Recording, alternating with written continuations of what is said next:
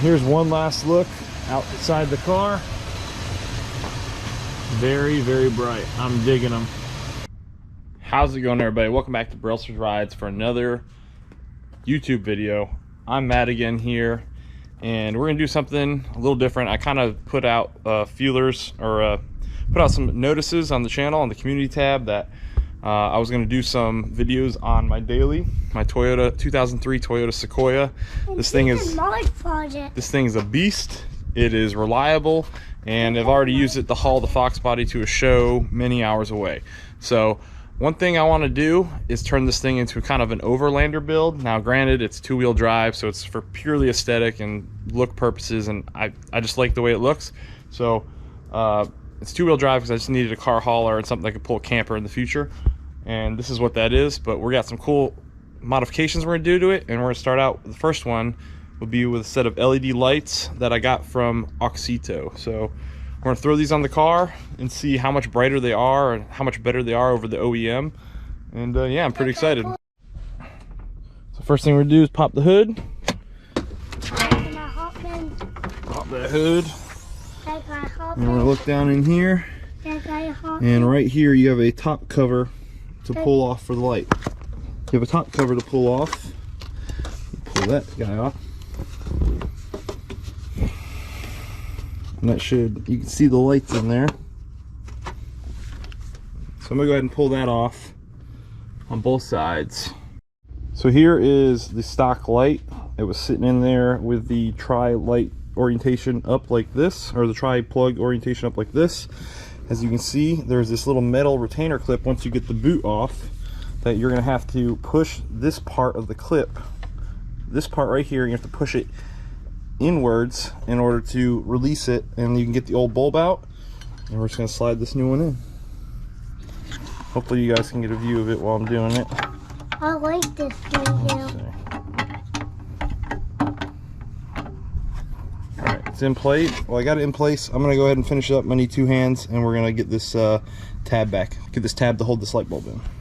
As you can see, the clip now is back in place. This is the tab right here that you're going to have to push in to remove the old one, and I had to use these guys, this long needle nose, to get it back on there. Once you've done that, just go ahead and reinstall your boot. So we got the boot back on, and now we're going to go turn the lights on. We'll do a comparison of the brightness. It's daylight, so it'll be hard to tell, but we should be able to see right out front how much brighter the LED is versus the stock. Go ahead and just turn it on. Daddy.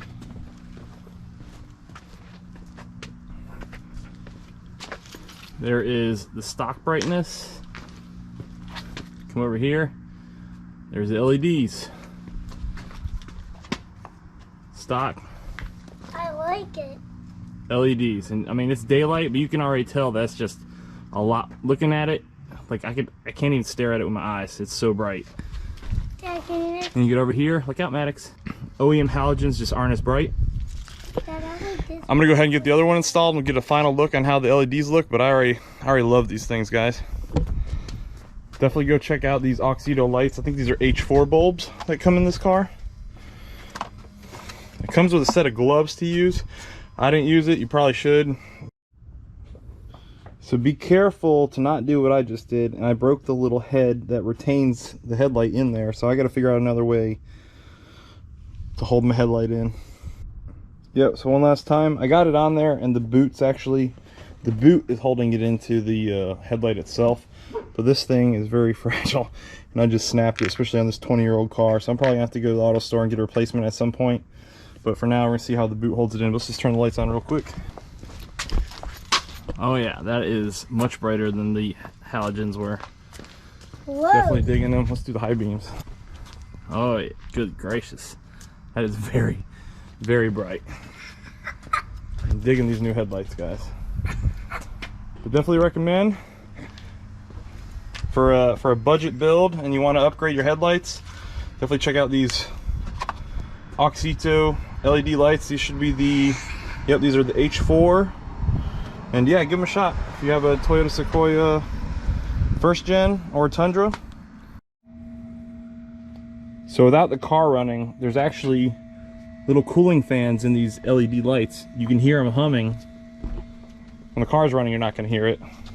I'm interested to see what the longevity of these is, but it's designed to help it stay alive. But we're going to keep these just in case. Looks good though. All right, so it's nighttime, and we're going to do a night test for these things. And I can already tell you, they are... Sorry, that's my radar detector. They are way brighter than the OEM headlights. I can tell that just by driving around right now. We're taking on the road real quick.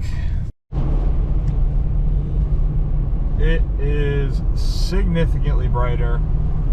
I would put my brighties on. Like the whole roadway and the sides of the road are illuminated. Like I can see if there's deer, anything. I'd put my brighties on, but I'd probably blind all these cars around me. These Oxedo lights are pretty good, and I'm pretty impressed with them. All right, so here's the brighties. Oh wow, yeah, it's up close, very distant. You can see everything. All right, I'll put the parts link for this for these headlights down below if you guys are interested. Definitely go check them out. I'm sold on these headlights. I'm interested to see how the longevity of them with the internal fans, but as far as performance, I'm definitely digging the brightness.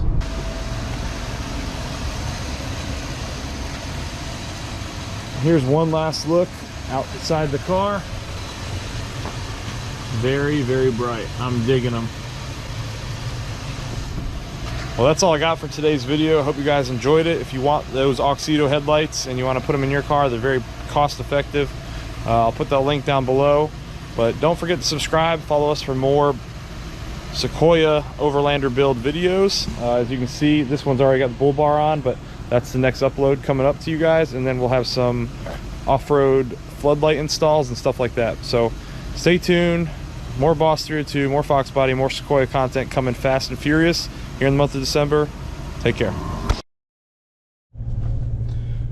All right, so a lot of you guys are probably wondering, where are your videos? And well, right now I'm in the Brute, aka the Toyota Sequoia, and this sucker just cost me a bunch of money because the previous owner did a engine swap at about 290,000 on the car, put a 130,000 mile motor into it because the previous owner, the lady who was driving it, his wife, drove it hot. When the radiator cracked, she didn't realize she had no coolant. So put a new engine in, ran great. Well, coming out to my car the other day, I saw a big puddle of coolant at work. And I go and look at it, and you can't tell where it's coming from exactly because the water pump's behind the timing cover. Well, so I took it, I had a pretty good confidence that it was the water pump, and I didn't want to tackle the timing belt and the water pump together because if you do one, you might as well do both. So I need this as my daily driver. I really rely on this car. I took it to Toyota, and Toyota fixed it. Cost me a pretty penny. Not really happy about it. It's the first time I haven't done my own maintenance in about 10 years. However, what they told me is that the previous owner did change the water pump, but they used the old gaskets. It's such a hard to reach location. Why would you do that? Why would you do that? But that's all taken care of now. And I'm gonna go look at this new Sequoia they got here on the lot. Yeah, that thing looks good. It's like a tactical vehicle. The I-Force Max.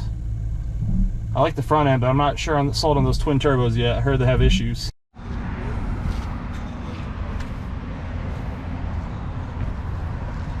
Yeah, that thing looks good. I like it. I'll have to pick one of these up one day. But old reliable here. It's running good as new.